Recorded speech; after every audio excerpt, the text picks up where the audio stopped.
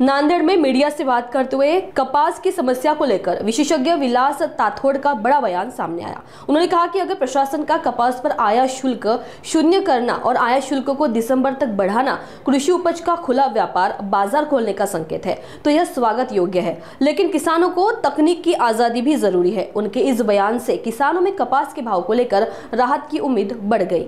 वायदे बाजारामधून काढावी अशी कुणकुण लागली आहे। काही व्यापारी त्याचा आग्रह धरत आहेत हळद वायदे बाजारातून काढण्याचा। वायदे बाजार हा शेतकऱ्यांसाठी पर्याय आहे, म्हणजे दोन बाजार त्यांना उपलब्ध होतात।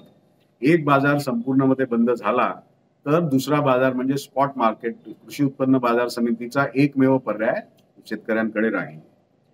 आता शेतकऱ्यांचा सरळ सहभाग काही वायदे बाजारात नसतो, पण वायदे बाजारात मधून त्यांना संदर्भ किमती मिळत असतात आणि अशा वायदे बाजार सुरू असला तर त्यांना कळत असते की कोण्या महिन्यामध्ये काय भाव राहू शकतात, काय शक्यता आहे भावाची।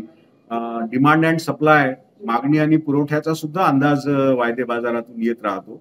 म्हणून जे लोक वायदे बाजारात काम करत नाहीत, सरळ शेतकरी त्याच्यामध्ये वायदे बाजारात काम करत नाही, पण तरी सुद्धा वायदे बाजाराचा त्याला असाही फायदा होतो। आणि दुसरं जे लोक वायदे बाजारात काम करतात त्यांना तर तो एक बाजार आहे आणि त्याचा वापर जर का त्यांनी व्यवस्थितपणे केला तर त्याचा फायदाही भरपूर आहे।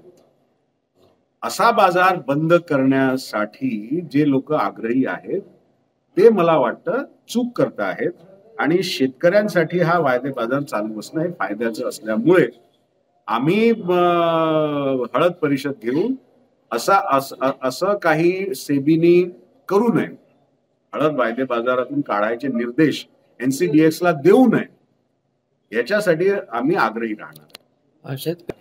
आता जर का त्यांनी तरी काढण्याचा प्रयत्न केला, जसं सोयाबीन काढलं, उडीद काढलं, मूग काढला, चना काढला आणि त्याच्यामुळे त्याचा काही संदर्भ किमती मिळत नाहीत आणि व्यापारी मग सगळे कमी भावाने घेण्याचा प्रयत्न करतात, कारण त्यांना पण माहित नसते की काय भाव राहणार आहेत।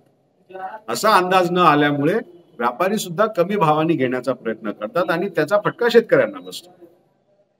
तेव्हा शेतकरी संघटना असं काही पाऊल हळदी बाबतीत जर का सेबीने उचललं तसे तर या सगळ्या वाहनांचा अंतर्भाव व्हावा म्हणून आम्ही सेबीला जाणारच आहे। नोव्हेंबर महिन्यामध्ये आम्ही धरणे देण्याकरता धरणे आंदोलन तिथं सेबीच्या कार्यालयासमोर करणार।